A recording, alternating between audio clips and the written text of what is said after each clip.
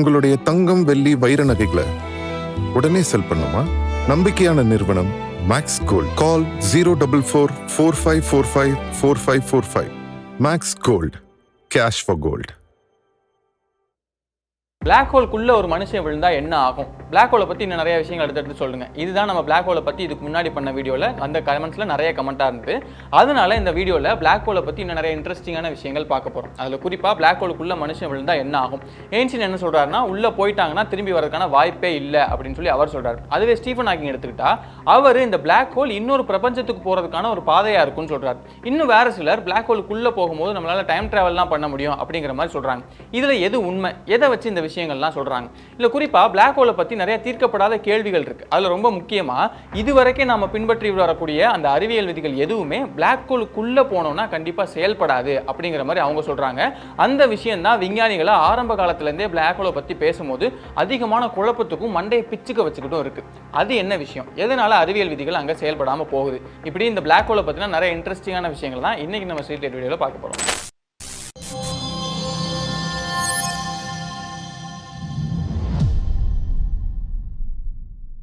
Black ஹோலுக்குள்ள மனுஷன் விழுந்தா என்ன ஆகும் அப்படின்னு பார்க்கறதுக்கு முன்னாடி இது எப்படி உருவாகுது அப்படிங்கிறத பார்த்துலாம். இதை பற்றி நம்ம போன வீடியோவில் ரொம்ப டீட்டெயிலாக பார்த்துருந்தோம். இருந்தாலும் இந்த வீடியோக்கு தேவையான மாதிரி கொஞ்சம் சுருக்கமாக பார்த்துலாம். என்ன விஷயம்னா, நம்ம சூரியன் மாதிரியே தான் எல்லா நட்சத்திரங்களுமே அதோட கடைசி காலகட்டத்தில் சைஸில் கொஞ்சம் கொஞ்சமாக சுருங்கி அப்படியே கம்ப்ரஸ் ஆக ஆரம்பிக்கும். இதில் குறிப்பாக நம்ம சூரியனோட இப்போ இருக்கிற நிறைய விட 8 மடங்குக்கு மேலே அதிகமாக நிறையக்கூடிய நட்சத்திரங்களை எடுத்து பார்த்தோம்னா அது அதோட சைஸில் ரொம்ப கம்மியாக சுருங்கிட்டே போகும்போது அதுதான் ஒரு பாயிண்ட்ல பிளாக் ஹோலாக மாறும். இதெல்லாம் நம்ம போன வீடியோலே பார்த்துருப்போம். ஆனால் இந்த வீடியோவில் கூடுதலான ஒரு விஷயம் பார்க்க போகிறோம். என்னன்னா, நம்ம சூரியனை விட 8 மடங்கு அதிகமாக நிறைக்கிற விஷயங்கள் மட்டும் இல்ல, எந்த ஒரு பொருளாலையுமே பிளாக் ஹோலா மாற முடியும். எப்படின்னு கேட்டீங்கன்னா, இங்கே தான் ஸ்வாஸ்டெல் ரேடியஸ் அப்படின்னு ஒரு விஷயம் வருது. அதாவது உதாரணம் சொன்னா புரியும்னு நினைக்கிறேன். இப்போ நம்ம பூமியே எடுத்துக்கோம். நம்ம பூமி இப்போ இருக்கிற சைஸை விட அதை அப்படியே கொஞ்சம் கொஞ்சமாக சுருக்கி அந்த பூமியோட சைஸையே 0.35 இன்ச் திக்னஸ் இருக்கக்கூடிய ஒரு பந்தா அப்படியே சுருக்கி கொண்டு போனோம்னா அது ஒரு பிளாக் ஹோலா மாறிடும். அதே மாதிரி தான் இப்போ என்ன எடுத்துக்கிட்டீங்கன்னா, எனக்கும் இந்த மாதிரி ஒரு ஸ்வாஸ்டெல் ரேடியஸ் இருக்கும். அந்த அளவுக்கு என்னையும் அப்படியே சுருக்கி கொண்டு போயிட்டே இருந்தோம் அப்படின்னா நானும் ஒரு பிளாக் ஹோலா மாறிடுவேன். அப்படி பார்த்தோம்னா எல்லா பொருளுக்குமே ஒரு ஸ்வாஸ்டெல் ரேடியஸ் இருக்கும். அந்த ரேடியஸுக்கு நம்ம அதை கொண்டு போனோம் அப்படின்னா அது ஒரு பிளாக் ஹோலா மாறிடும். அப்புறம் ஏன் சூரியனோட 8 மடங்கு அதிகமாக இருக்கக்கூடிய நட்சத்திரங்கள் தான் பிளாக் ஹோலா மாறும்னு சொன்னேன் அப்படின்னு கேட்டீங்கன்னா, இங்கே தான் தியரி வெர்சஸ் பிராக்டிகாலிட்டி அப்படின்னு ஒரு விஷயம் வருது. தியரி படி பார்த்தா எந்த ஒரு பொருளாலையும் பிளாக் ஹோல் ஆக முடியும் தான். ஆனால் நம்ம சூரியனோ இல்லை நம்ம பூமியோ இல்லை நானோ என்னோட கடைசி காலகட்டத்தில் அந்த மாதிரி இயற்கையாகவே மாறுவோமா அப்படின்னு கேட்டோம்னா கண்டிப்பாக இல்லை. அது நம்ம சூரியனோட நிறைய விட 8 மடங்குக்கு மேலே நிறைய இருக்கக்கூடிய நட்சத்திரங்கள் தான் அப்படி மாற முடியும். ஏன்னா அந்த சைஸ்ல இருக்கக்கூடிய நட்சத்திரங்கள் தான் தன்னைத்தானே அந்த ஸ்வாஸ்டெல் ரேடியஸ் அளவுக்கு கம்ப்ரஸ் பண்றதுக்கான சக்தி இருக்கு. அதனால தான் அந்த சைஸுக்கு மேல இருக்கக்கூடிய நட்சத்திரங்கள் வந்து இயற்கையாவே அதோட கடைசி காலகட்டத்தில் பிளாக் ஹோலா மாறுது. இப்படி அது கம்ப்ரஸ் ஆகிறதுனால தான் அதோட அடர்த்தி அதிகமாகுது. அதன் விளைவாக அதோட கிராவிட்டி அதிகமாகுது. அதனால தான் ஒளியால கூட அதுல இருந்து வெளியே தப்பிச்சு வர முடியறது இல்லை. இப்படிப்பட்ட இந்த பிளாக் ஹோலுக்குள்ள மனுஷங்க போனா என்ன ஆகும்? எதனால இந்த பிளாக் ஹோலுக்குள்ள இருக்கிற விஷயம் விஞ்ஞானிகளை தலையை பிச்சுக்க வைக்குது? இதை பத்தி இப்போ ஒன்னொன்னா பார்ப்போம். இப்போ பிளாக் ஹோலுக்குள்ள போகும்போது நேரடியாக உள்ள விழுந்துருமா அப்படின்னா கண்டிப்பா கிடையாது. ஏன்னா பொதுவாக பிளாக் ஹோலை நீங்க சுத்தி பார்த்தீங்கன்னா அக்ரீஷன் டிஸ்க் அப்படின்னு ஒன்று இருக்கும். அதாவது பிளாக் ஹோலோட ஈர்ப்பு விசையால ஈர்க்கப்பட்டு அதுக்குள்ள விழுக போற விஷயங்கள் எல்லாமே நேரடியா உள்ள விழாம அதை சுத்தி வந்து அதுக்கப்புறமா தான் விழுகும். அப்படி வர்ற விஷயங்கள் என்னென்ன வரும்? உங்களுக்கு கோள்கள் வரும், மேகங்கள் வரும். இந்த மாதிரி ஸ்பேஸ்ல நிறைஞ்சிருக்கக்கூடிய அந்த விஷயங்கள் தான் அதுக்குள்ள விழுக போகும். அந்த விஷயங்கள் எல்லாம் சுத்தி வர்றது தான் இந்த அக்ரீஷன் டிஸ்கா ஃபார்ம் ஆயிருக்கு. இப்போ பிளாக் ஹோலுக்குள்ள மனுஷங்க போக முடியுமா அப்படிங்கறதையும் தாண்டி முதல்ல இந்த அக்ரீஷன் டிஸ்க் தாண்டி மனுஷங்களால போக முடியுமா அப்படிங்கறதே மிகப்பெரிய கேள்விதான். ஏன்னா அக்ரீஷன் டிஸ்கை பொறுத்த வரைக்கும் அதோட வெளிப்புற பகுதி வெப்பநிலை கம்மியாகும். பிளாக் ஹோலை நெருங்கி நம்ம போக அந்த அக்ரீஷன் டிஸ்க்லயே டெம்பரேச்சர் ரொம்பவே அதிகமா இருக்கும். எந்த அளவுக்குனா 1000 டிகிரி செல்சியஸ் அளவுக்கு வெப்பநிலை ரொம்பவே அதிகமா இருக்கும். இது ஏன்னா இந்த அக்ரீஷன் டிஸ்க்ல என்ன இருக்குன்னு பார்த்தோம். கேலக்சிஸோட டெப்ரி இருக்கும், அந்த ஸ்பேஸ்ல இருக்கக்கூடிய மற்ற விஷயங்கள், இன்டர்ஸ்டெல்லார் கிளவுட், கேஸஸ் இதெல்லாம் தானே இருக்கும். இதெல்லாமே அந்த பிளாக் ஹோலை நெருங்கி போக அதோடைய வேகம் ரொம்பவே அதிகமாகும். அப்போ ஒன்னோட ஒன்று மோதி அங்க வந்து ரொம்ப அதிகமான ஃபிரிக்ஷன் இருக்கும், அங்க அதிகமான ரேடியேஷன் இருக்கும். இந்த மாதிரியான விஷயங்களால அங்க டெம்பரேச்சர் ரொம்பவே அதிகமா இருக்கும். அப்போ அந்த அக்ரீஷன் டிஸ்கோட உள்பகுதிக்கு நம்ம போக அங்க இருக்கக்கூடிய அதிகப்படியான டெம்பரேச்சரும் ரேடியேஷனும் நம்ம ஒட்டுமொத்தமா பொசிக்கணும். இல்ல என்கிட்ட வந்து ஹைலி எக்யூப்டு ஸ்பேஸ் சூட்லாம் இருக்கு, அந்த டெம்பரேச்சராலையும் ரேடியேஷனாலையும் நீ எதுவுமே பண்ண முடியாது அப்படிங்கிற மாதிரி ஏதாவது விஷயம் இருக்கு அப்படின்னா கண்டிப்பா அதை தாண்டி நம்மளால உள்ள போக முடியும். அப்படி நாம போகும்போது அங்கதான் ஆச்சரியமான நிறைய விஷயங்கள் நமக்கு நடக்கும். அதுல முதல் விஷயம் தான் டைம் டைலேஷன். என்னன்னா பிளாக் ஹோல் கிட்ட நம்ம போக அங்க நமக்கு நேரம் ரொம்பவே கம்மியா தான் ஓடும். ஏன்னா பிளாக் ஹோலை பொறுத்த வரைக்கும் அதோட நிறைய அதிகம்ங்கிறதுனால கிராவிட்டியும் அதிகமா இருக்கும். அப்போ அது ஸ்பேஸ் டைமையும் அதிகமா வளைக்கும். ஸ்பேஸ்ல இருக்கக்கூடிய ஒரு பொருள் ஸ்பேஸ் டைமை எவ்வளவு வளைக்குது அப்படிங்கறத பொறுத்து தான் அங்க உங்களுக்கு நேரங்கிறது தீர்மானிக்கப்படும். உதாரணத்துக்கு இப்போ நம்ம பூமியை எடுத்துக்கலாம். சூரிய குடும்பத்துல நம்ம இருக்கோம். நம்ம சூரியன் இந்த ஸ்பேஸ் டைமை ஒரு அளவுக்கு வளைச்சிருக்குல்ல, அதுக்கேற்ற மாதிரி தான் நம்மளுடைய நேரம்ங்கிறது தீர்மானிக்கப்பட்டிருக்கு. இப்போ இதே மாதிரி வேற ஒரு சூரிய குடும்பத்தை எடுத்துக்கிட்டு அங்கேயும் ஒரு சூரியன் இருக்குன்னு வச்சுக்கோங்க. ஆனா அது நம்ம சூரியனை விட ரொம்ப அதிகமாவே நிறைய இருக்கு, அதனால ஸ்பேஸ் டைமை அதிகமாவே வளைக்குது அப்படின்னா அங்க நேரங்கிறது நம்மளுக்கு இருக்கிறத விட ரொம்ப கம்மியாக தான் ஓடும். இப்போ இதே விஷயம் தான் பிளாக் ஹோல்லையும். பிளாக் ஹோலுங்கிறது நம்ம சூரியனோட அதிகமான நிறை உள்ள ஒரு விஷயம். அப்போ அங்க ஸ்பேஸ் டைம் ரொம்பவே அதிகமாக வளைக்கப்பட்டிருக்கும். அப்படிங்கிறதுனால நாம ஈவென்ட் ஹரைசனை நோக்கி போக போக நம்மளுக்கு நேரங்கிறது ரொம்ப ரொம்ப கம்மியாக ஆரம்பிக்கும். அந்த சமயத்தில் நம்ம சுற்றி பிரபஞ்சத்தை பார்க்கும்போது பிரபஞ்சத்துடைய நேரம் ரொம்ப அதிகமாக ஓடும். அப்போ அங்கே நடக்கக்கூடிய விஷயங்கள்லாம் ரொம்ப வேகமாக நடந்துட்டு இருக்கும். ஆனால் நமக்கு வாட்சை பார்த்தோம்னா அது ரொம்ப மெதுவாக தான் அது ஓடிக்கிட்டு இருக்கும். ஒருவேளை நாம அங்கே ஒரு மணி நேரம் இருந்துட்டு திரும்பி பூமிக்கு வர்றோம் அப்படின்னா பூமியில பல 100 வருடங்கள் கூட ஓடி இருக்கலாம், ஏன் பல ஆயிரம் வருடங்கள் கூட ஓடி இருக்கலாம். இப்போ இன்டர்ஸ்டெல்லர் படத்துல காமிச்சிருப்பாங்கல்ல, அந்த மில்லர் பிளானட்டுக்கு அவங்க போகும்போது அங்க 1 மணி நேரங்கிறது வந்து பூமியில 7 வருஷமா இருக்கும். 7 years per hour here. Let's make it count.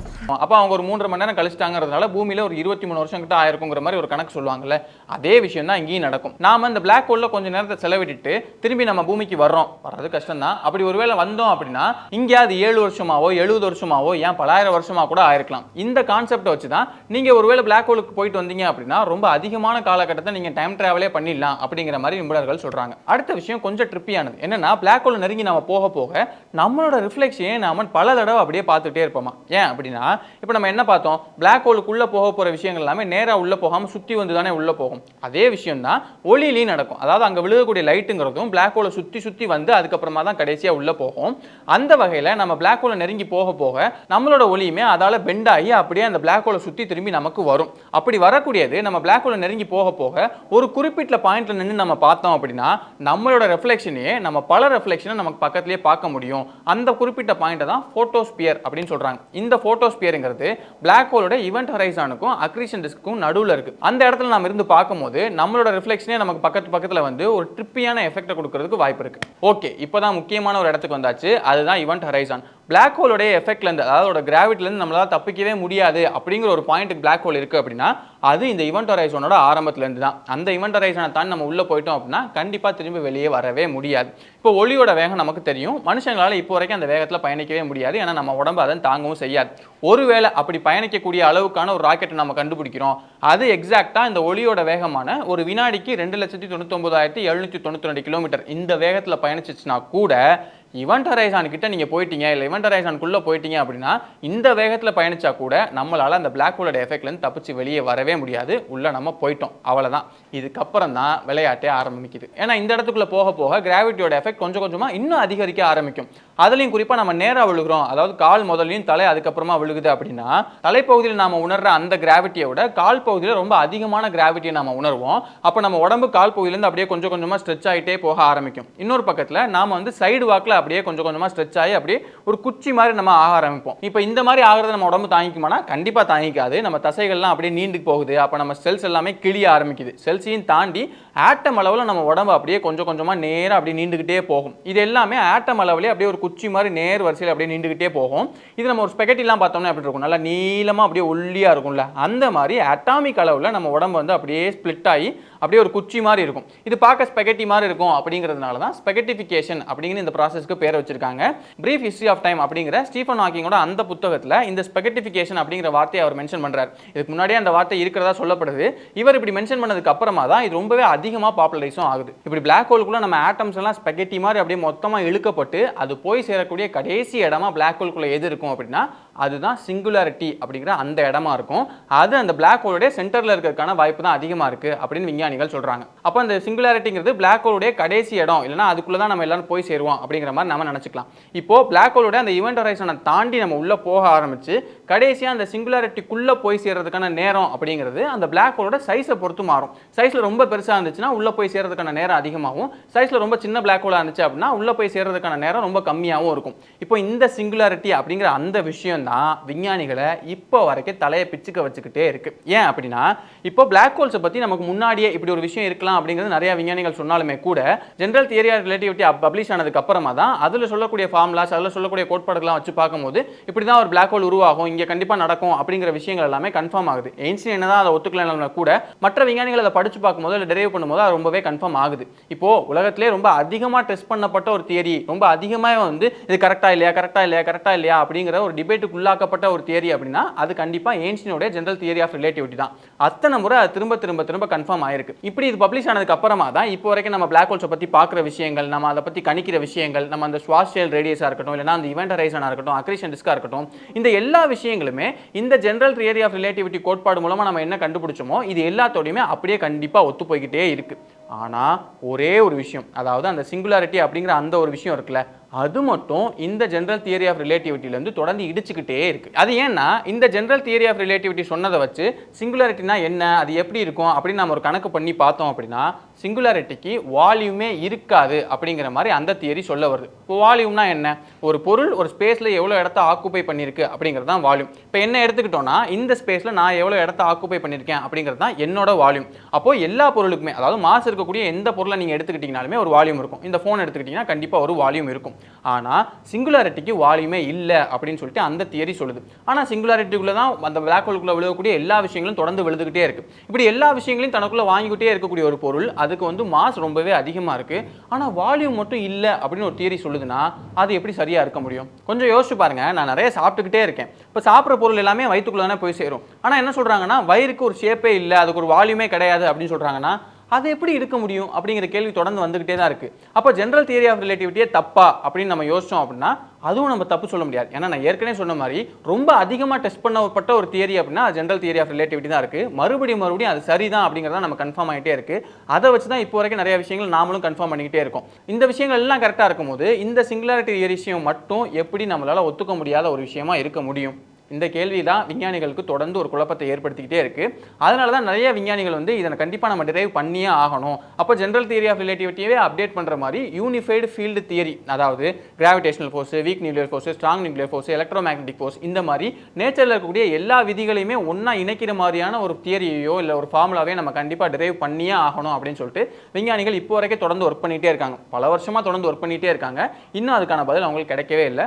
பொறுத்திருந்து பார்ப்போம் பின்னாடியே அவங்களுக்கு அந்த பதில் கிடைக்குதா, நிஜமாலே இந்த சிங்குலாரிட்டிங்கிறது என்ன, பிளாக் ஹோலுக்குள்ள நிஜமாலே என்ன இருக்கு அப்படிங்கிறது நமக்கு போக போக நிறைய ஆராய்ச்சிகள் நடக்க தான் நமக்கு தெரிய வரும். சரி, இப்போ கடைசி விஷயம் எயின்ஸ்டீன் வர்சஸ் ஹாக்கிங். இப்போ எயின்ஸ்டீன் என்ன சொல்றாரு அப்படின்னா பிளாக் ஹோலுக்குள்ள போயிட்டோம்னா கண்டிப்பா திரும்பி வரதுக்கான வாய்ப்பே இல்லை, அது முடிஞ்சு அப்படிங்கிற மாதிரி தான் அவர் சொல்றாரு.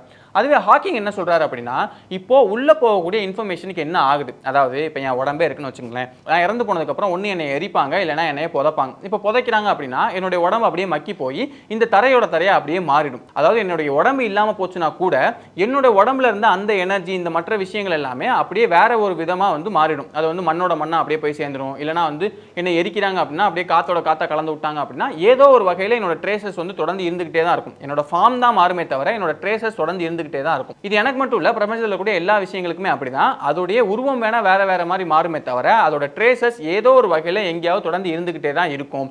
அந்த வகையில் பிளாக் ஹோலுக்குள்ள போன விஷயங்கள் கண்டிப்பா முற்றிலும் அழியறதுக்கான வாய்ப்பே இல்லை.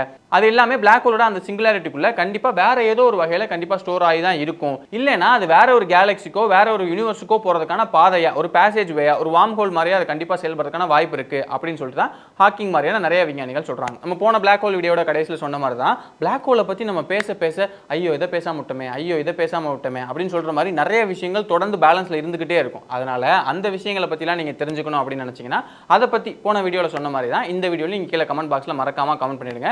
எவ்வளவு கமெண்ட்ஸ் வருது, எவ்வளவு தேவை இருக்கு அப்படிங்கறத பொறுத்து பிளாக் ஹோலை பத்தி இன்னும் நிறைய இன்ட்ரெஸ்டிங்கான விஷயங்கள் சொல்ற மாதிரி இன்னொரு வீடியோ கண்டிப்பா பண்ணிடலாம். இந்த மாதிரி நிறைய இன்ட்ரெஸ்டிங்கான வீடியோஸ் நம்ம தொடர்ந்து பண்ணிட்டே இருக்கோம். அதுல கடைசியா ரஷ்யா செஞ்ச மிக மோசமான ஒரு எக்ஸ்பெரிமெண்ட்டை பத்தி ஒரு வீடியோ பண்ணிருப்போம். என்னன்னா 2 தலை நாய், அதாவது ஜெனட்டிக்கா மாடிஃபை பண்ணி அதோட நாய் பிறக்கும் போதே 2 தலை இருக்கிற மாதிரி அவங்க உருவாக்கல. அதுக்கு பதிலா 2 நாய்கள் எடுத்துக்கிட்டு அதுல ஒரு நாயை வயிற்றோட சேர்த்து அப்படியே மொத்தமா கிழிச்சு அதை கொண்டு போய் இன்னொரு நாயோட உடம்புல அப்படியே தச்சு வச்சிருக்காங்க. அப்ப புதுசா இருக்கக்கூடிய அந்த நாயோட உடம்புல 2 தலை 6 கால் இருக்கிற மாதிரி ஒரு நாயை உருவாக்கியிருக்காங்க. இந்த மாதிரி ஒரு நாய் தானா அப்படின்னு கேட்டீங்கன்னா மொத்தம் 40 நாய்களுக்கு இந்த மாதிரி பண்ணியிருக்காங்க. எதனால ரஷ்யா அப்படி பண்ணாங்க அப்படின்னு கேட்டோம்னா இப்படி பண்றது மூலமா தான் பல லட்சக்கணக்கான மக்களோட உயிரை காப்பாற்ற முடிஞ்சு அப்படின்னு சொல்றாங்க. அது எப்படி இந்த நாய்களை எப்படி துன்பப்படுத்தினதுனால எப்படி இவ்வளவு மக்களை காப்பாற்றிருக்க முடியும்? ரஷ்யா செஞ்ச எக்ஸ்பெரிமெண்ட்லேயே ரொம்ப மோசமான எக்ஸ்பெரிமெண்ட்டாக பார்க்கப்படுற இந்த எக்ஸ்பெரிமெண்ட் பற்றி ரொம்ப டீட்டெயிலான ஒரு வீடியோ பண்ணியிருக்கோம். அதை பற்றி நீங்கள் பார்க்கணும், அந்த விஷயங்களை பற்றி தெரிஞ்சுக்கணும்னு நினச்சிங்கன்னா அதுக்கான கார்டு நான் சைடில் கொடுக்குறேன். அதை கிளிக் பண்ணிங்கன்னா அந்த விஷயங்களை பற்றி நீங்கள் தெரிஞ்சுக்கலாம். இன்னொரு நாள் இன்னொரு வீடியோவில் சந்திக்கிறேன்.